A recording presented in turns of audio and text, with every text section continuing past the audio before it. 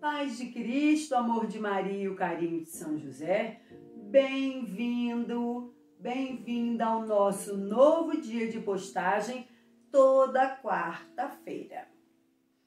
Muito obrigada por estar aqui. Estamos reunidos em nome do Pai, do Filho e do Espírito Santo. Amém. Salve Maria! E hoje eu vou falar sobre um homem extraordinário a qual o cristianismo deve muito. E é aquele que um dia ouviu do próprio Jesus: Saulo, Saulo, por que me persegues? Como é famosa essa frase do encontro pessoal de Saulo a caminho de Damasco, nosso Senhor Jesus Cristo. Eu me lembro, quando eu ouço esse chamamento de Paulo, também de Samuel, que estava dormindo, servindo a Eli, e ouve: Samuel, Samuel, e ele levanta-se e dirige a Eli, isso por 3 vezes, até que Eli diz para ele: deite-se e responda: eis-me aqui, porque Elias entendeu que era o próprio Deus que o estava chamando. Amo essa passagem de Samuel. Abraão, o patriarca, que ouve o chamamento de Deus: Abraão, Abraão, sai da tua terra e vai para o lugar que eu te mostrarei. Qual foi o seu chamamento? Onde foi o seu chamamento? Para servir a nosso Senhor Jesus Cristo. Era por volta de 36 DC. Saulo, judeu e também cidadão romano, que era muito importante, a gente vai ver ao longo dessa nossa conversa, esse título recebido através de seu pai. Era um perseguidor firme de todos os cristãos. Era também um homem muito culto, porque estudou na escola de Gamaliel. E isso fez que suas convicções fossem mais fortes ainda. Então ele perseguia os cristãos por ter certeza de que aquilo era o correto a fazer, enquanto judeu e cidadão romano. Até o seu encontro pessoal na sua ida a Damasco. O que Saulo estava indo fazer a Damasco? Perseguir mais cristãos, levar para prender. Houve esse famoso chamamento, esse famoso encontro, só que antes disso, houve um incidente com o primeiro santo da Igreja Católica, chamado Estevão. Estevão, cheio do Espírito Santo, proclamava o Jesus Cristo ressuscitado, foi perseguido, morto, apedrejado. E relata-se que as vestes de Estevão foram colocadas aos pés de Saulo. Então é seguro dizer que o sangue de Estevão correu nas mãos de Saulo. Mas a partir desse encontro ele se transforma. Eu ouvi uma vez de Frei Carlos: não é que Saulo fosse um homem mau e Paulo foi um homem bom. Não. Ambos viviam na retidão. Só que um sobre um olhar errôneo. Um olhar que não era a verdade de nosso Senhor Jesus Cristo. Então Paulo e Saulo são a mesma pessoa. Só que sobre o olhar de uma verdade incondicional.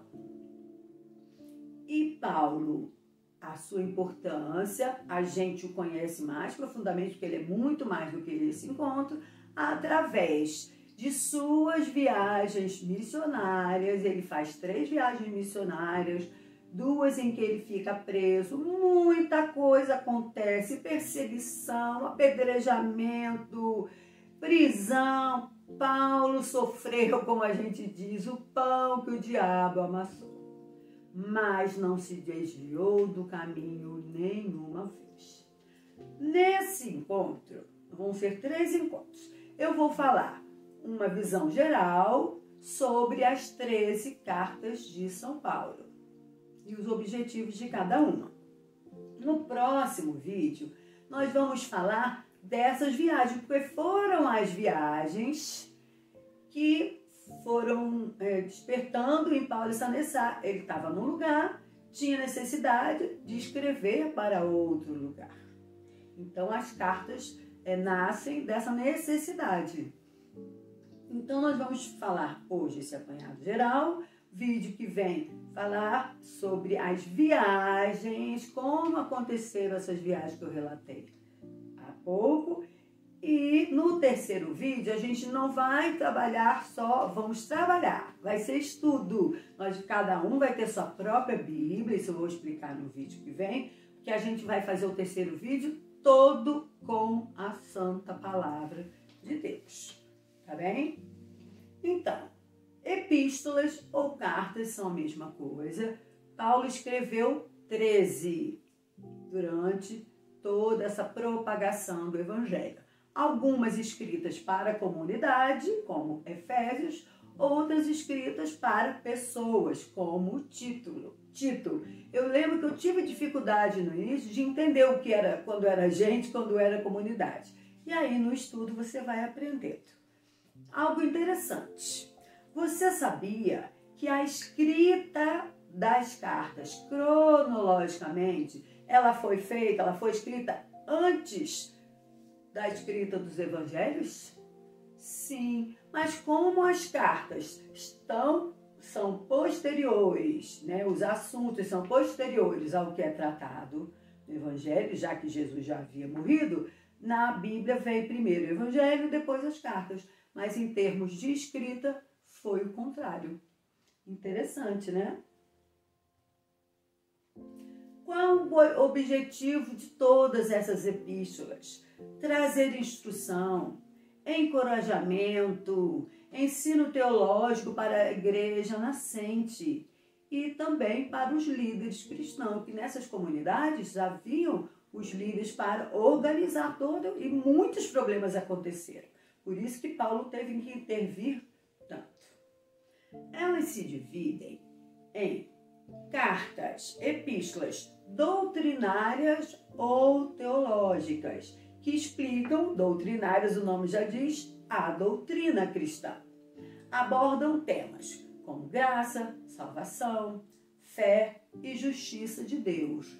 Que cartas estão nesse grupo de teológicas ou doutrinárias? Anota aí. Romanos, 1º e 2º Coríntios e cartas aos Gálatas. Essas 4 são cartas doutrinárias ou teológicas. Há também um segundo grupo que nós chamamos de epístolas, cartas pastorais, que, como o nome diz, orientam os líderes e a igreja, ensinamentos, dão instruções práticas, como manter a ordem na igreja. Se hoje a gente tem problema dentro de uma paróquia, não foi diferente no tempo de Paulo. Quais são as cartas que estão no grupo de pastorais? Anota aí. 1º e 2º Timóteo e também a carta ao Tito. Timóteo e Tito eram pessoas, não eram comunidades. Há um terceiro grupo, que nós chamamos escatológicas, que a gente fez um estudo sobre escatologia, vocês já estão fera nisso, né? Escatológicas tratam do futuro e do retorno de Jesus e de como viver enquanto esperam. Gente, deu muita confusão isso. As pessoas começaram a esperar que Jesus já ia voltar, não queriam mais fazer mais nada, só ficar esperando Jesus. Isso deu trabalho para Paulo, hein? A gente vai falar depois especificamente disso. E eu não falei, né? 1º e 2º Tessalonicenses, a mesma comunidade. Então, deu trabalho. Tessalônica, né? Também podemos dizer que elas são missionárias. Eu, quando fui pesquisar, eu encontrava todas as cartas nesses 3 grupos. E eu encontrei uma outra formação e eu achei melhor passar assim para vocês. Que é o 4º grupo, são as cartas que Paulo escreve na prisão. eu achei interessante para a gente destacar bem das demais. As cartas da prisão oferecem engajamento e orações práticas. Paulo ficou preso 2 vezes e escreve essas cartas: a Colossenses, Efésios, Filipenses e Filemão. São essas 4 cartas. Filemão é considerado um bilhete, mas aqui à frente eu vou explicar por quê. Mas ela entrou no grupo de cartas, mas ela é bem pequenininha, ela é bem específica, tá bem? E agora eu vou falar um apanhado geral sobre os objetivos de cada carta. Se vocês observaram nesses 4 grupos que eu dei, essas cartas não estão em ordem, porque elas estão cabendo naquilo pastoral, doutrinária, da prisão, né? Então elas estão fora de ordem.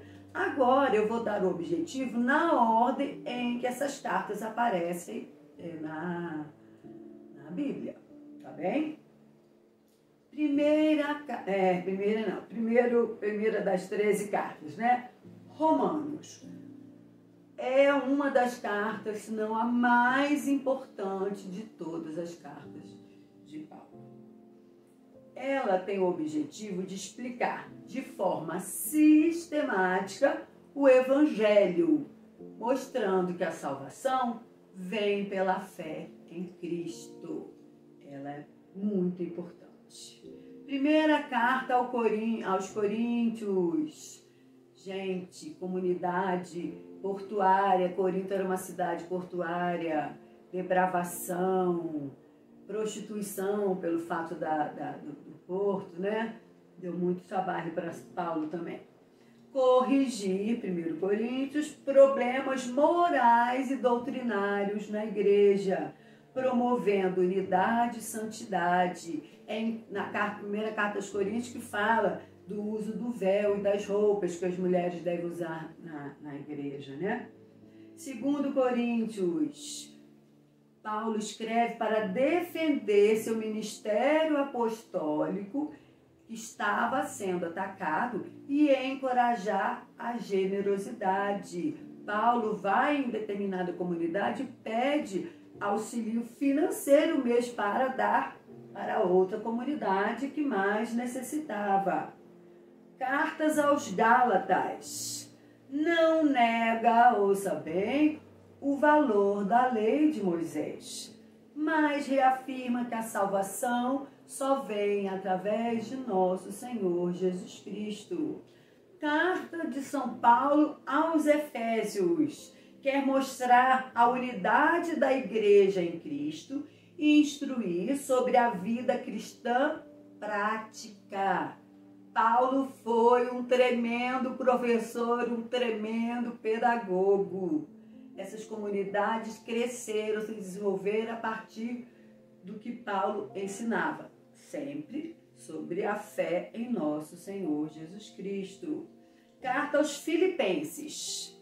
Linda carta essa. Encorajar a alegria e a perseverança, mesmo em meio aos sofrimentos. Gosto muito dessas passagens aqui. Colossenses. Exaltar a supremacia de Cristo, olha que importante, e combater as falsas doutrinas. Isso vale até os dias de hoje. Primeira carta, que são 2, né? Aos Tessalonicenses, ao povo, à igreja de Tessalônica.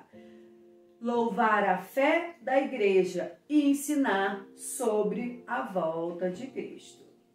2 Tessalonicenses, corrigir as ideias erradas sobre a segunda vinda de Cristo.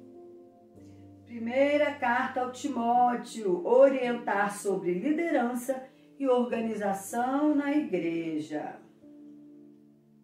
Timóteo, lembre-se, não é uma comunidade, é uma pessoa. Segunda carta, grande amigo de Paulo, ia falar de nosso Senhor Jesus Cristo, também era, né?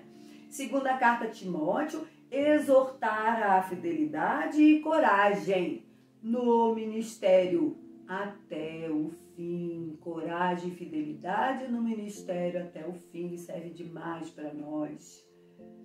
Carta a Tito. Lembre-se, Timóteo e Tito não são comunidades, são pessoas. A Tito é ensinar sobre liderança saudável e boa conduta cristã. Qual o objetivo da carta? Filemão é considerado um bilhete.